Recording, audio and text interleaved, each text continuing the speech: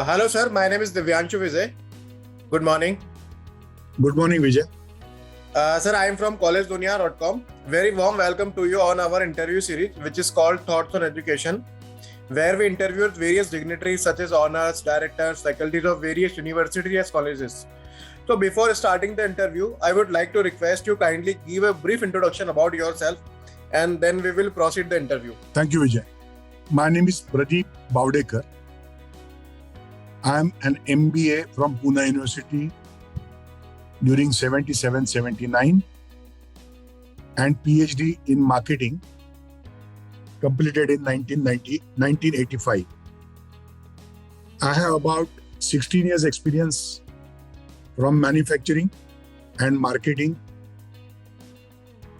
about 26 years experience in consultancy and skill trainings. I was heading Midcon Consultancy and Engineering Services, a listed consultancy company, for about 26 years as managing director. Last year's business of that company is close to 116 crores. I superannuated from Midcon as managing director on 30th June 2021. Currently, I am chairman managing trustee of Youth Build Foundation, which was earlier known as Midcon Foundation. We run a CBSE K-12 school known as MIS International and MIMA Institute of Management, an AICTE approved institute in Balewadi, Pune. MIMA Institute of Management, the building where I am operating from currently, is a brand new infrastructure dedicatedly developed for conducting AICTE approved 2 years full-time PGDM programs in the verticals of business administration, then pharmaceutical management and agribusiness management. Each of these vertical has an approved intake of 60. Accordingly, the faculty, books, computers, and the entire infrastructure has been arranged and approved by AICTE. We are having a successful track record of past 1.5 decades in grooming and placing our students in industry and business. I'm very happy to submit here, and more than 3,000 of our alumni is working in India as well as in very many countries overseas at senior levels in various business and industry ventures, doing a lot good to the institute and for themselves. Thank you. Thank you so much, sir. Thank you so much for a brief introduction. So, sir, shall we start the interview with questions? Yes, please. Sir, my first question is, being the director of MIMA, kindly tell us about your experience in the education industry. The institute, MIMA Institute of Management, what I am heading currently, is 15 years old and has state-of-the-art infrastructure plus a successful track record in placements I mentioned. The institute was promoted with an idea that it will be a niche institute catering to specific industry verticals. That's the reason one of the premier course of our institute, which is most sought after by BSc Agri graduates, is in the field of agribusiness management. Over a period of 2 years, we have been grooming students for various disciplines in agribusiness, post-harvest, in dairy, poultry, fisheries, food processing, also in seeds, pesticides, fertilizers, and agri-finance or rural banking. This course has been a premier course, and the students are employed pan-India as well as some of them are working overseas. The other niche course which we have been running is in pharmaceutical business management. Generally, the B.Pharm graduates are taking admission, and they too are absorbed in pharmaceutical industry in the country as well as overseas. As you all are aware, pharmaceutical industry is recession proof, doing very good job. We are very proud to be associated with this industry vertical. As far as business administration concerned, this is a vanilla course. Most of the students opt for marketing, finance, and HR, the traditional disciplines. Also in logistics, supply chain management. These days, many of them are opting for digital marketing. So the industry-ready professionals get jobs in banking sector, in financial sector. They also are going in FMCG, consumer durables. The overall, virtually very many companies come to the campus and are recruiting our students. We have requisite faculty, computers, books, and all other infrastructure which is required to cater to this intake of 180, which actually gets doubled to 360 in 2 years because this is a 2 years program. Now you asked me about my experience. Let me tell you that since I have been in the manufacturing sector and also have been an entrepreneur because I had promoted a company in 1990 where I served as managing director at the age of 35 and was responsible to run it as a venture where, I was one of the promoters. Besides that, in Midcon Consultancy and Engineering Services, which was a company which was a small company when I joined in 1995, and as an entrepreneur, I took it to the stock exchange, got it listed, and currently it is a company doing 100 crores plus business. So with this background, plus my own exposure to skill development programs, which I ran under the aegis of Midcon Consultancy Pan India, with various short duration, job-oriented programs. Almost 40 of them were being launched and run by us off the shelf. Currently, some of our programs like the technical manpower for commissioning and maintenance of solar power projects is also very much in demand. So on this background, my thrust has been always education for livelihood. To tell you frankly, I always feel that an education or a training which doesn't help you to earn your livelihood is a scholarship, just an academic exercise. That's the reason from this point of view, we have been grooming the students both in the academics as well as in the soft skills to get employed and earn the livelihood and thereby paving way for their own prosperity and also assisting the industry. My experience in skill-based jobs or industry-oriented syllabus or business-oriented teaching has all these days and almost 4 decades plus experience has helped me in running MIMA Institute of Management on day-to-day basis from this point of view. Thank you. Thank you, sir. Thank you so much. It's a great interaction with you. My next question is, being the director of Midcon Institute of Management, what is your philosophy of leadership and how would you describe your leadership style? Vijay will be surprised. I am product of a residential school. From the age of 9, I left my parents and I have been staying in hostels. Further, I will be very happy to submit here that I have been a scholar when all my education was supported by state government till my SSC. I am from the old SSC, 11th standard. And subsequently till my post-graduation also, there was great assistance by way of scholarship by the state government or government of India. So I am really proud. That's the reason, my roots are to the ground. I believe that it has to be leadership by example and leadership from the front. I do not believe in remaining armchair philosopher, giving only directions and, watching how your team performs. So today, at this age also, I am available on the campus on all the working days during the working hours and am available for any consulting, any advice, any decision required by my fellow faculty members, staff and the students. I take great pleasure in this. So leading by example and leading from the front as a captain is the basic fundamental principle of my leadership. Thank you, sir. Thank you so much. My next question is, how do you strategize about the key programs and plans for the marketing and administration of your college, being the director of MIMA Institute?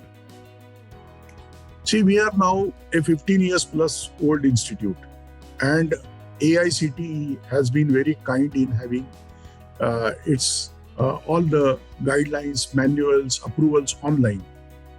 Their handbook is the Bible. You have to follow infrastructure and all other activities. If you follow the rules of AICTE, it's very easy. So the curriculum, when you upgrade the curriculum or change any subjects, you are supposed to have the meetings of the academic councils in which industry representatives are also there. You can alter the syllabus in view of the feedbacks from the recruiters from the industry. And I'm fortunate that some of my colleagues are working with me for a decade plus. So they know the trends, they can read the trends and add or enrich the syllabus. Second thing is that the infrastructure of this institute has abundant databases, e-library, journals, books. The faculties and students are free to suggest the new books to be purchased. Now, if you ask me, I'm myself a voracious reader. I like to read the case studies of various industrial successes. Currently, I'm reading the one on TCS, but I'm also a voracious reader of various biographies and autobiographies, books on socio-economic issues. And these books are available in the institute on the campus. My fellow colleagues and students also can borrow them. So we are a knowledge hub. The changes in the curriculum or academics are made based on the feedback of the industry and the recruiters primarily. As a director of the institute, I see that all the decisions are taken in the best interest of the organization, in the by following the processes like ERP or the written approvals on time, and that is how we have managed. Thank you, sir. Thank you so much. You are the great personality, sir, as I have seen, sir. Thank you so much. My next question is, the education system in India and other foreign countries are structured very differently. In your experience, what can an inbound student gain from studying here in your institute, sir? See, ultimately, we all are part of the system. But personally, I feel that education, we are treating as all the rules, regulations, or the judgments of the honorable courts or the laws. We treat education as a charity. But to tell you frankly, what happens is to maintain the infrastructure in the competitive era, maintain the faculty, the employees by paying them the market salaries, taking all the welfare means for in account. It costs. Plus, the compliances with various rules, regulations of the regulators, or for that matter, the requirements of working capital. All this actually, if you ask me, education is like any other business activity. But since it is under the aegis of public charitable trusts or societies, there are various restrictions on the management of an education institution.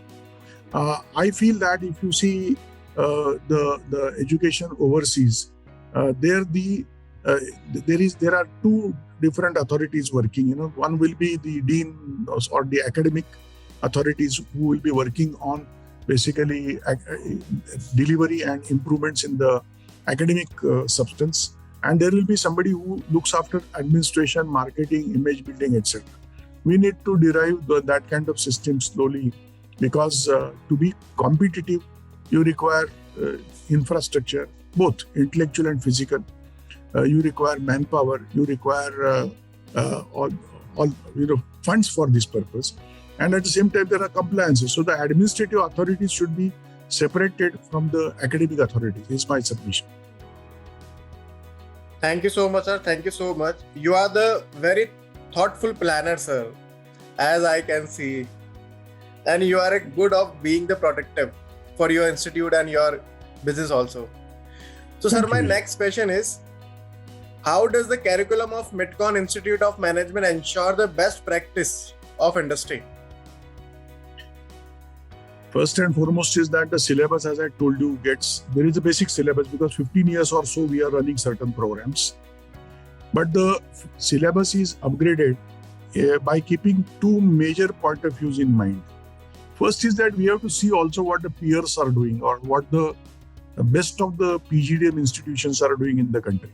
And we have very many great institutions, say SPJN for that matter, or BIMTech, or we have IMT Ghaziabad or MDI Gurgaon, Wellingkar. And these are institutions in PGDM or etc. Now, if you ask me, they have already got decades of experience and standing in the market, and they are very, very successful in creating the intellectual assets of the students, faculty, research, also association with the industry. So one has to keep one eye on the leaders. On the other hand, there is a continuous interaction with the industry because since we are in Pune, and which is a hub of industrial and intellectual capital of this country, you have continuous interaction. It's really pleasure. You get all kinds of people with whom you interact. They come to your campus, you go there, they keep on giving you feedback. As a result, you get a lot of inputs to improve. Recruiters who come to the campus, they also act as eye-openers. They come with their fresh inputs from the industry. We are glad to get associated with the industry associations like NIPM, National Institute of Personnel Management, where you get, shortly they'll be conducting one big program in our institute, national level. So the advantage is the city of Pune, advantage is that you are in the industrial hub of Maharashtra, Western Maharashtra, and you have so many stalwarts all around who continuously give you the inputs. We have to be ready to welcome that with our eyes and ears open. That is actually basically the source of getting inputs, and then based on our own interactions and judgments and validation, we incorporate those subjects or modify the syllabus. That's the process we have adopted. Thank you, sir. Thank you so much. My next question is, what do you think should be the Midcon Institute of Management top priority over the next 10 years? See, we are now working on getting NBA accreditation. The process has started. We have our faculty and the other colleagues who are trying to work out all the compliances. So that is our first priority. Second priority is that we are in association with two of our neighbors constructing hostel facility. Currently we have hostel facility, but the one which we are proposing is going to be just next door.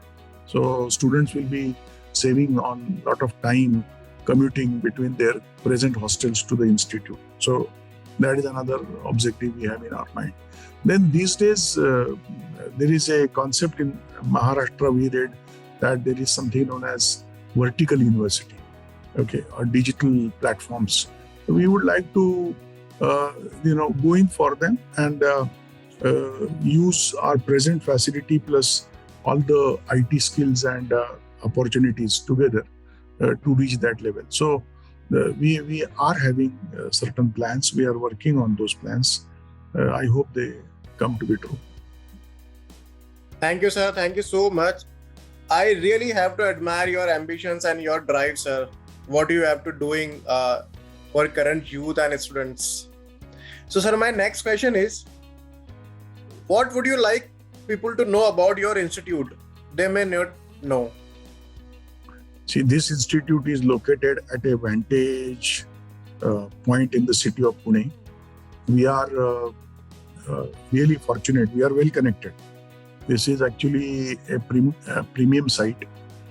We are close to the National Sports Stadium in Balewadi, so you can't miss us. Second thing is that a metro station is being developed outside our premises, so commutation is going to be very easy for the students. All the infrastructure, believe me, is corporate. All the classrooms, tutorial rooms, library, it complies with the ICT norms, but they are airy, ventilation, light, plus housekeeping is the best. If you come and see, it's very neat and clean boutique complex where all the amenities required for the betterment of student are considered. For example, we have a reading hall where 100 plus students can be accommodated one go. But we also have a recreation facility which we call a sports club, where you have the pool table, table tennis table, you have facility to play carom, indoor games, or changing rooms, and a range of musical instruments. Okay, very clean kitchen facility, canteen, all the computer labs and language lab, and also classrooms are well designed. So we have highly qualified faculty as per AICT norms, and the atmosphere is very warm and welcoming. So I will say that the beauty is that the location of the institute in city of Pune, coupled with the amenities which we have already got, and brand new amenities, because we got the completion certificate from Pune Municipal Corporation only last December, and based on which AICT also has given us the due approval. So the students will be having a win-win situation. The beneficial part is that students get best of the education in best of the infrastructure with well-qualified faculty. So this is our USP. Thank you. Thank you, sir. Thank you so much.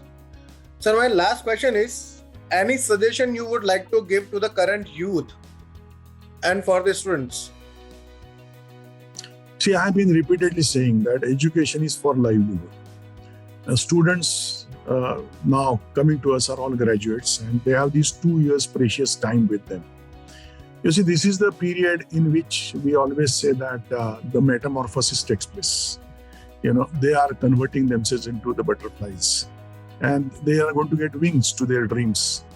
So use the period of these 2 years in the best possible manners, because most of you are going to get ultimately employed in the private sector. And in private sector, the fundamental is return or investment, or internal rate of return, or profit through consumer satisfaction. In which case, your employer, who has invested huge resources, money, efforts in technology, markets, in processing or providing those goods and services, you see, they have certain business plans. And in business plans, it is obviously that when you are a partner in the team or the force, you will be expected to perform. You will be expected to be there on time, deliver the results in terms of quantity, in terms of money, in terms of quality. This is going to be a ruthless world where speed, economy, transparency will matter. Okay, so come out and groom yourself in these 2 years. Make yourself ready. You should be a battle-ready soldier, because moment you are entering into that competitive world of business and industry, it is going to be a world where results will be expected, and you will be expected to deliver whatever target has been given to you. So use these 2 years as the best possible time to change yourself from a typical student in the undergraduate program, where you are still supported by the parents, or your teachers are benevolent, and also the zenith is limited. After post-graduation, zenith gets broadened, horizons gets broadened, and you are part of that competitive program where you are entering into, you are crossing that threshold towards earning your own livelihood, salary, incentives, drives. Then it will involve travels crisscrossing the country in your designated territory, interaction with very many people, and They all will be equally qualified. Men and women with whom you will be working will be qualified, literate, knowledge, you see. And besides the legal compliances of every business, you will be expected to make profit for your employer. So this is a change in the concept.